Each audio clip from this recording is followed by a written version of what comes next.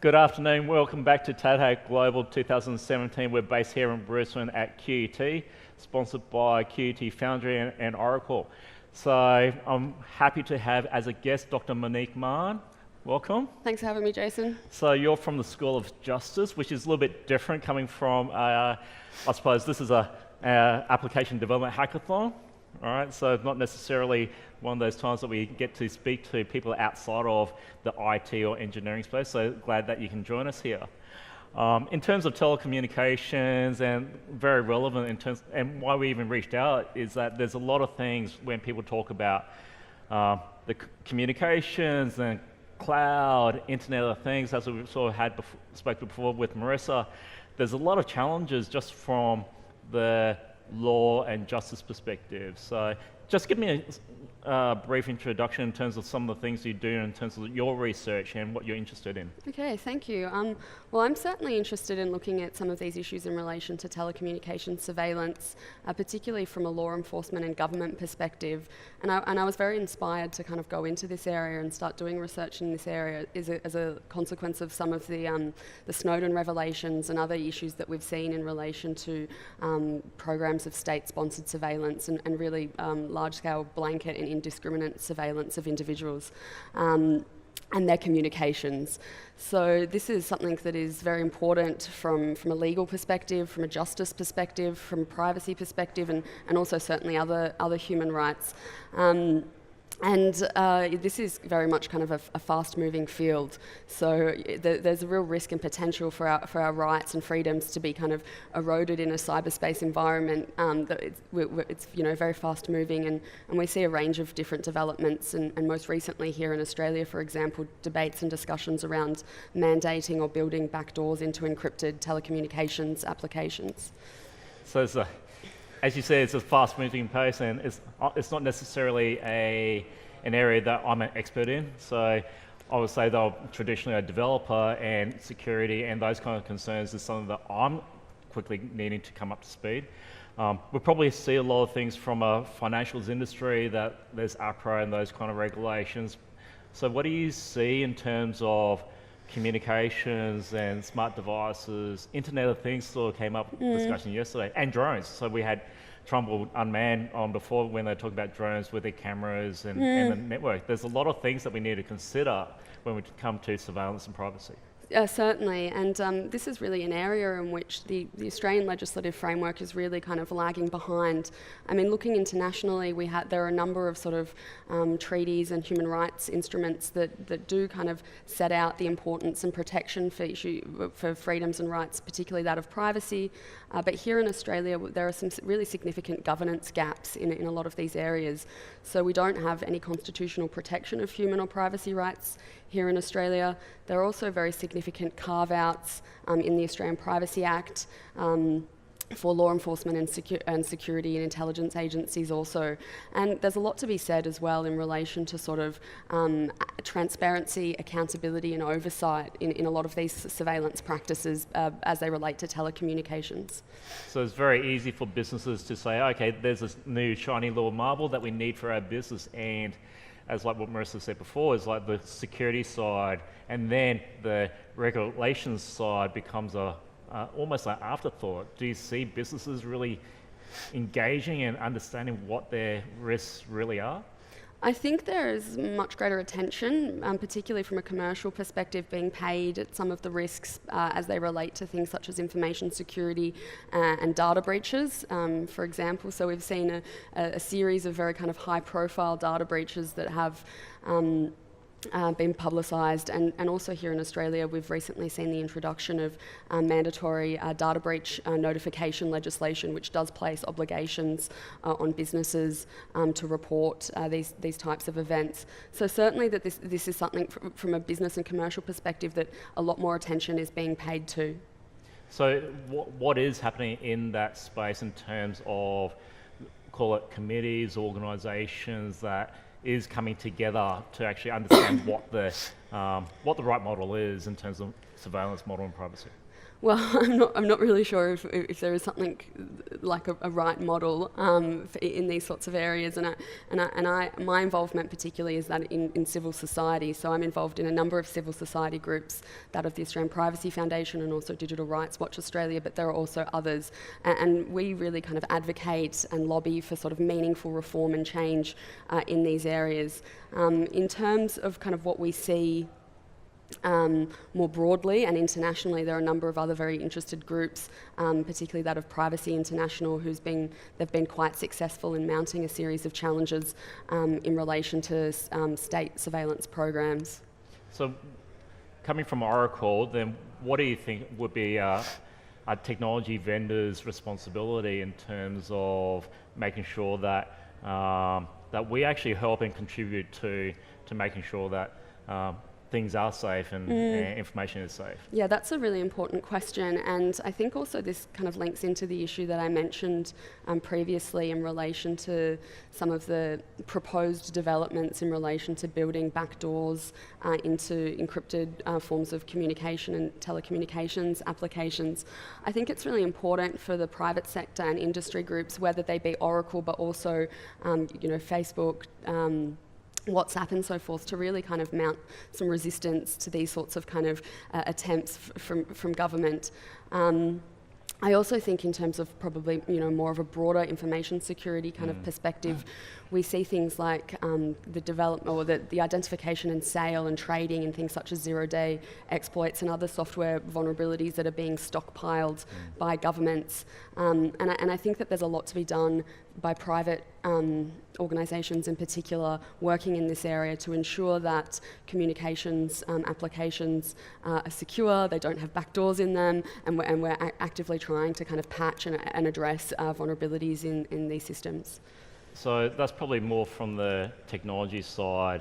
How do we work in terms of describing what law, what I suppose the governing bodies that actually do enforcement of these policies, and actually how do we contribute to those areas as well?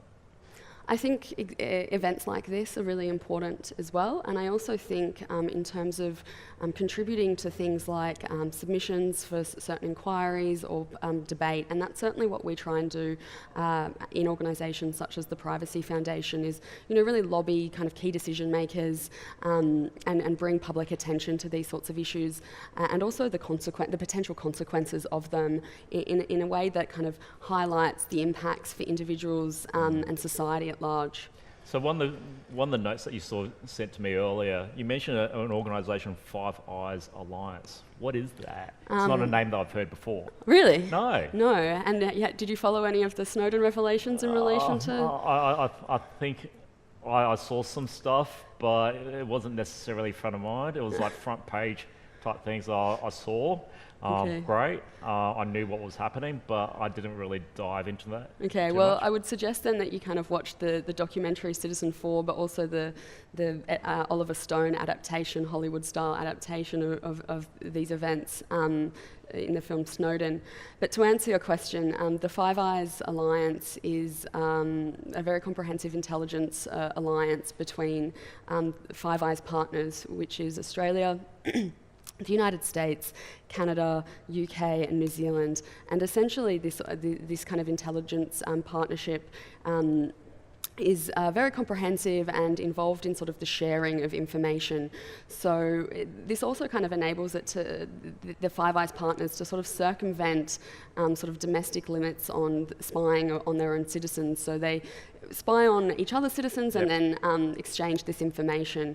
So a lot of attention was particularly brought to the Five Eyes intelligence partnership as a consequence of Snowden's revelations, and what this showed was programs such as the PRISM program, which involved really kind of the complicity of tech companies, enabling the Five Eyes Intelligence Alliance to really kind of tap into their systems to collect telecommunications information around the world, but also other programs of surveillance such as the Tempora program, which involved largely the GCHQ, intercepting undersea fibre optic cables across the world, or essentially the infrastructure or backbone of the internet, to intercept everyone's communications.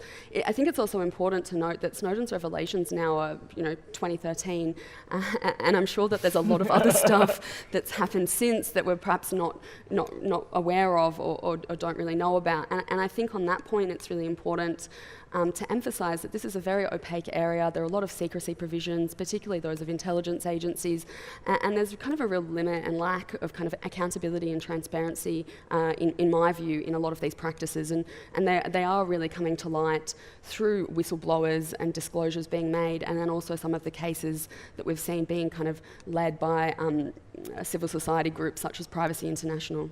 Yeah, so when you actually get those global organisations, that actually then translates into, okay, what is international law?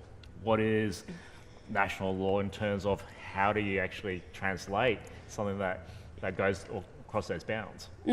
Well, I mean, certainly things like privacy are recognised as I've said, in human rights kind of instruments such as the Covenant on Civil and Political Rights and also Universal Declaration of Human Rights.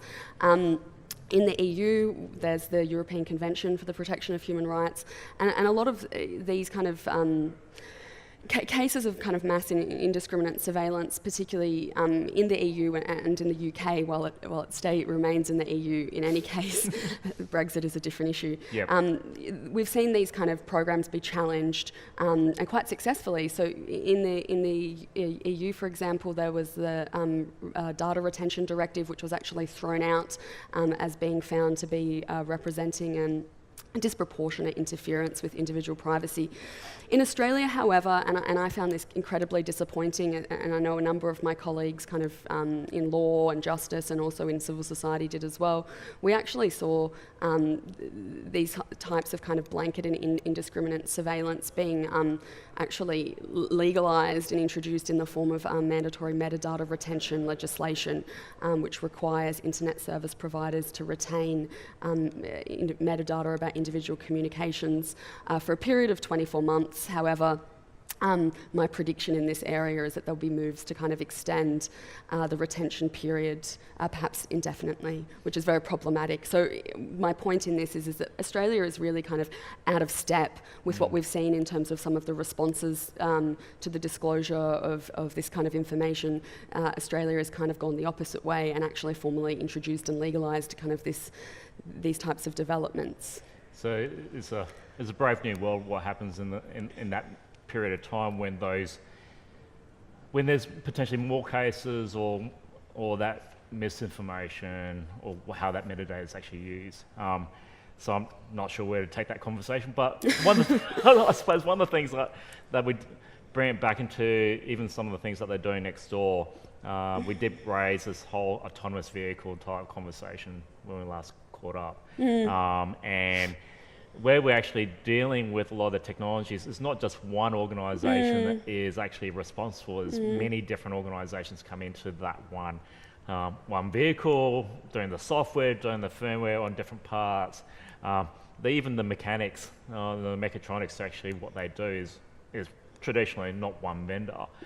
So it becomes an interesting story when you talk about law enforcement and incidences and the roles and responsibilities that we have cross organisations. And that raises very interesting points in relation to issues of legal liability as well. And this certainly relates to some of other areas of research work that I'm kind of involved in relation to robotics and so forth. So there are real questions in relation to, if something goes wrong with an autonomous vehicle, for example, who is responsible? Is it the person who programmed the vehicle? Is it the person, who sold it and so forth? So there are real kind of unresolved questions here.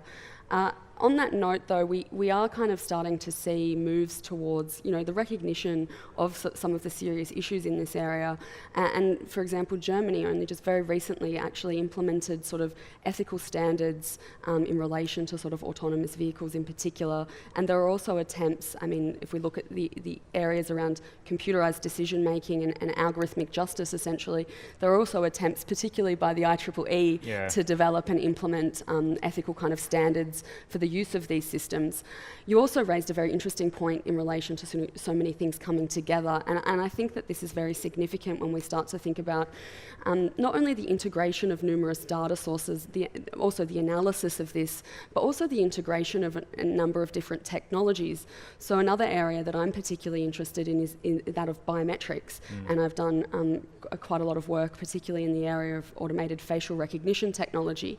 And I find this very interesting because we have this technology that enables the identification of a person in physical space through things such as CCTV and other forms of surveillance, but then also the linking or the extraction of their biometric information in the form of facial templates, but also the linking of that information to other information that's out there about them, and that could potentially be, in government data sets, but also we talk about private companies, in social media and so forth. So this actually enables kind of vast and very kind of large and ever-expanding data sets to really be brought together, and then on top of that we're introducing sort of, automated analysis and algorithmic profiling on top of that, bringing in information around people's political views, perhaps their sexuality, their income, in order to make some sort of decisions, and more often than not to target advertising and other things at them.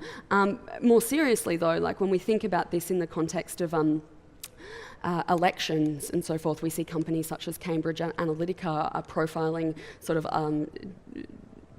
populations for the purposes of targeting certain political messages at them. I mean, I think there's a real risk here for the fundamental sort of freedoms that come with a democratic society, and I think that this is something that we should be very mindful of. And as we become more connected in terms of not just as people, but as social profiles, as even just the simple tweets here and there, that kind of concept, then all that can be brought together in terms of that profile, and then from that, what's the implications of those? Well, we're certainly seeing kind of government attempts to actually do this. So we see the Digital Transformations Agency, for example, trying to introduce a single unique digital identifier for all individuals in order to interact with government systems and services.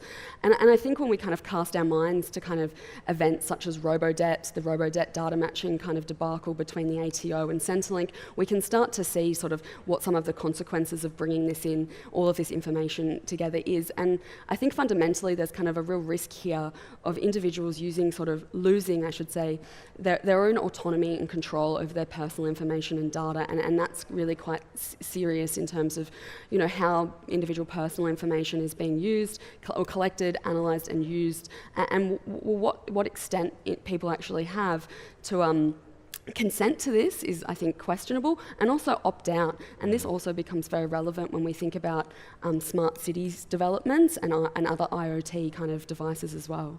I've actually got a personal story from the Hacking Health event that I mentored, similar to Angela. And one of the teams I actually worked with was actually the PHN, so North, based around Locatrix. And they actually had a My Story. That was the name of the project. And it was all about getting that person, whether someone of addiction or mental health, that control of that information and the interpretation of the information of that. Because once you get into metadata, then how you interpret that data is your prerogative. It's not the person that owned it. So there's that terminology, that translation that may not necessarily happen.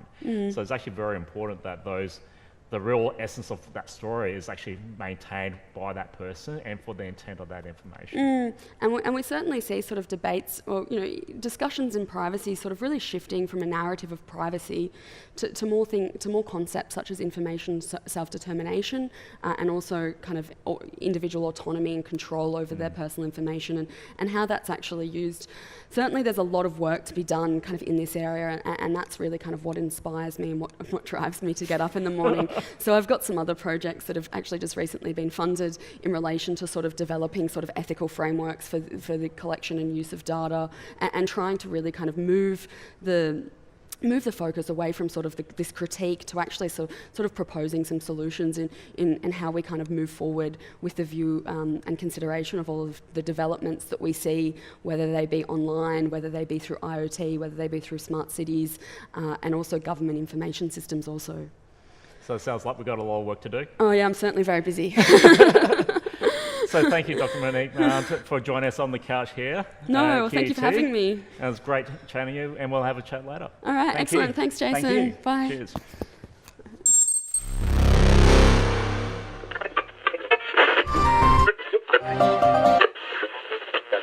Up and